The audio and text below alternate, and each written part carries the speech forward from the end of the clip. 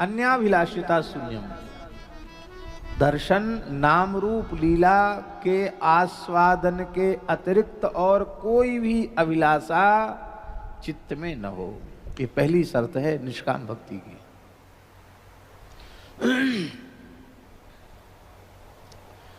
स्वस्थ शरीर भी भोग के लिए नहीं चाहिए, आपकी सेवा के लिए चाहिए।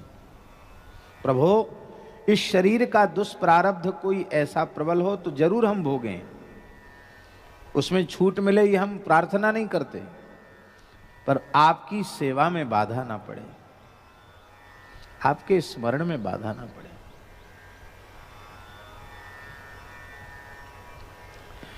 क्योंकि सेवा स्मरण बनता रहेगा तो कष्ट कष्ट नहीं रहेगा। सेवा स्मरण बाधित हो जाएंगे तो शरीर के रखने का प्रयोजन ही क्या है। सेवा और सुमिरन दो ही प्रयोजनों के लिए भक्त का, वैष्णव का, शरणागत का शरीर होता है। और सेवा सुमिरन दोनों छूट जाएं तो फिर क्या प्रयोजन है। परम पूज्य संकीर्तन सम्राट श्री प्रेम भिक्षु जी महाराज निरंतर अष्ट सात्विक भावों में भरे रहते थे। 18-18 घंटे 20-20 घंटे तक वे कीर्तन में बैठते थे, विजय मंत्र के कीर्तन में। और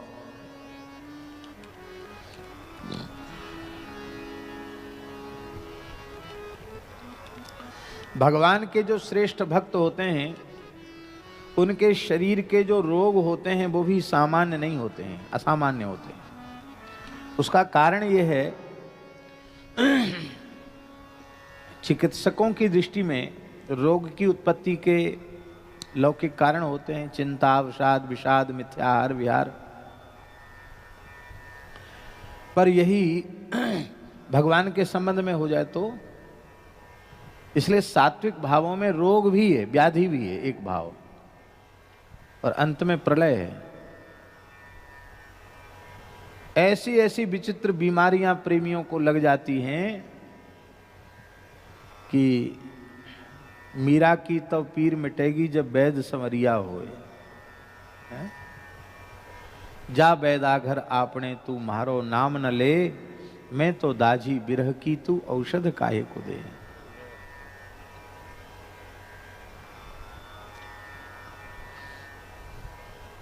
हड्डी में घुन लग जाता है, हड्डी में घुन लग जाता है। लकड़ी में घुन लग गई तो लकड़ी बेकार हो गई, चाहे जितनी बढ़िया लकड़ी हो, घुन लग जाए तो लकड़ी बेकार।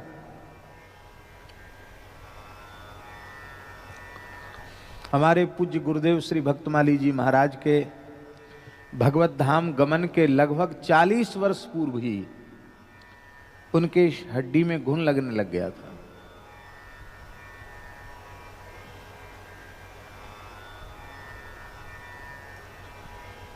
ऐसे निरंतर वे विरह के सागर में डूबे रहते थे।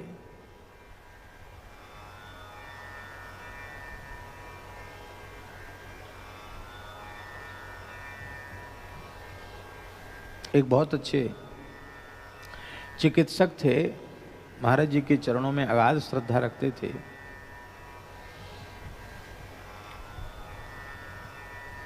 विप्र देवता थे।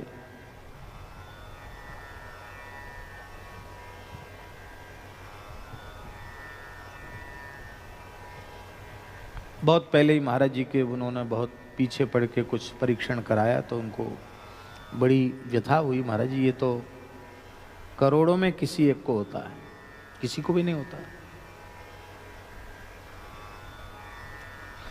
ये दवा ये नहीं तो होम्योपैथिक दवा ले लें। वो होम्योपैथ के डॉक्टर थे बड़े।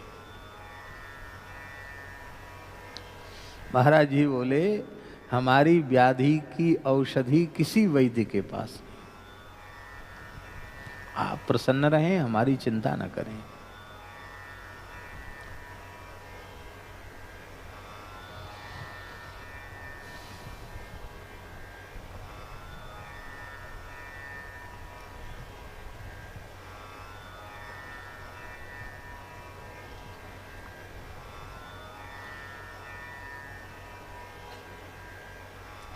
श्री प्रेम भिक्षु जी महाराज के संबंध में हमने सुना है कि चिकित्सकों ने, बंबई के चिकित्सकों ने देखा, बोले इतने उच्च रक्तचाप में कोई व्यक्ति जीवित नहीं रह सकता, सारी सीमाएं पार हो गई,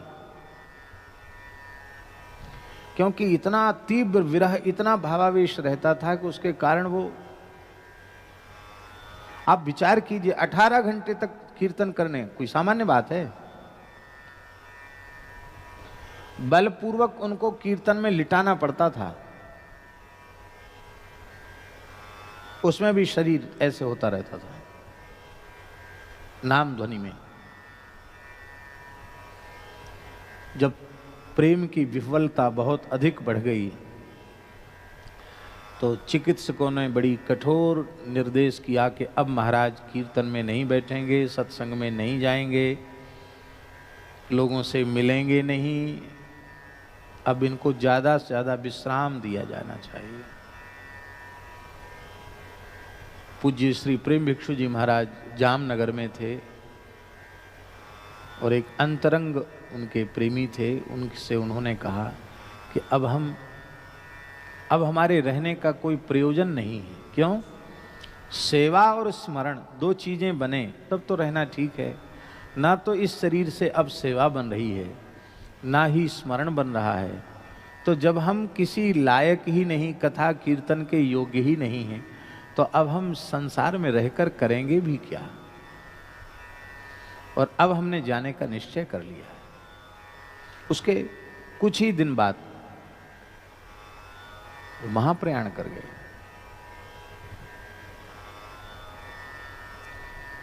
ये प्रेमियों का स्वरूप होता है, इनका स्वभाव होता है।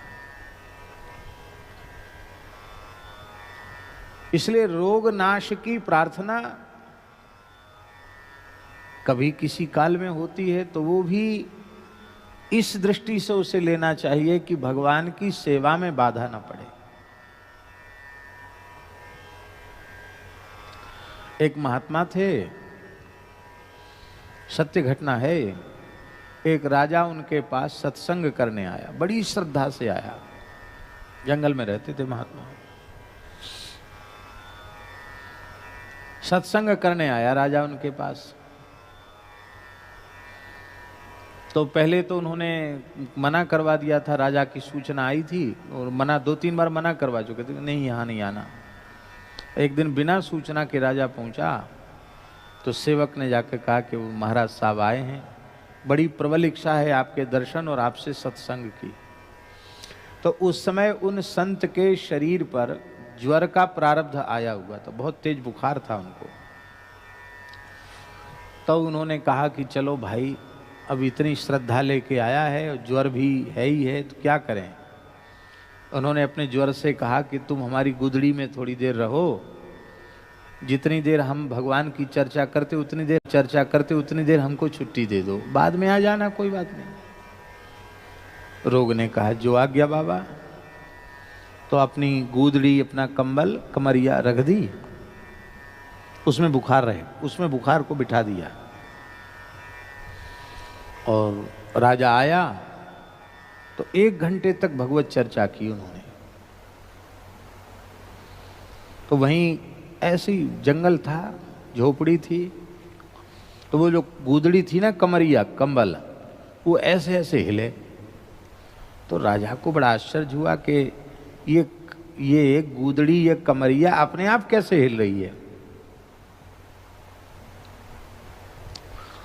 तो उसने बड़ी विनम्रता से हाथ जोड़कर पूछा कि महाराज, आपने बहुत अच्छी अच्छी बातें हमारे कल्याण की बताई, भगवान की बहुत अच्छी अच्छी बात बताई, लेकिन हमें बीच बीच में बड़ा विक्षेप होता रहा, ध्यान इधर जाता था मेरा कि ये क्यों हिल रही है।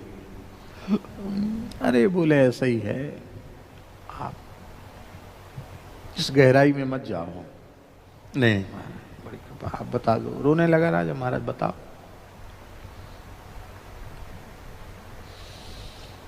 तो उन्होंने कहा कि तुम सत्संग की भावना से आए थे और हमारे शरीर का प्रारब्ध ज्वर का था, हमारी ऐसी योग्यता नहीं थी कि हम तुमसे कुछ बोल सकें, बतरा सकें। उन्होंने कहा जब तक ये बैठा है तब तक तुम इसमें रहो, और ज्वर है वही हिल रहा है, जूड़ी आ रही थी ना, पहले बाबा हिल रहे थे, अब कंबल हिल रहा है।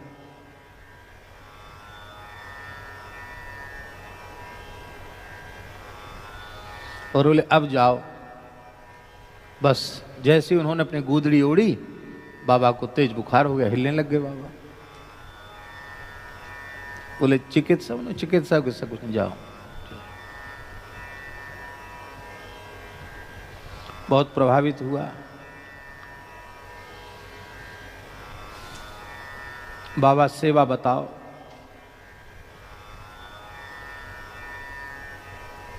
द्वारा यहां आना नहीं। क्या सेवा बताई? द्वारा यहां कभी आना नहीं, हाँ हमको कभी बुलाना नहीं, दो बस इतनी सेवा है, और वो कोई सेवा नहीं। द्वारा कभी यहां आना नहीं और हमें कभी बुलाना नहीं। भजन करो, जाओ।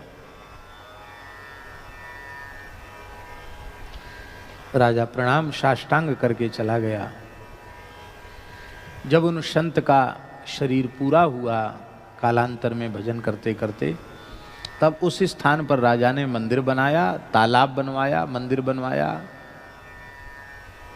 वो स्थान का नाम हम भूल रहे हैं, पृथ्वीपुर के पास में ही है वो, जंगल में स्थान है, तालाब है, बहुत सुंदर मंदिर बना हुआ है। ओरछा राजवंश का बनाया हुआ मंदिर है। ठाकुर जी बड़े प्यारे श्री राधा मदन मोहन जी विराजमान हैं। ये वहां की घटना है, हम दर्शन करके आए उस स्थल का।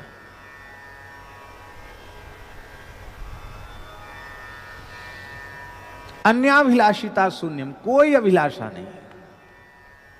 हे नाथ, आपके चरणों में हमारा निष्काम प्रेम हो और हमें कुछ नहीं चाहिए। पहली शर्त है अन्याभिलाषिता शून्यम।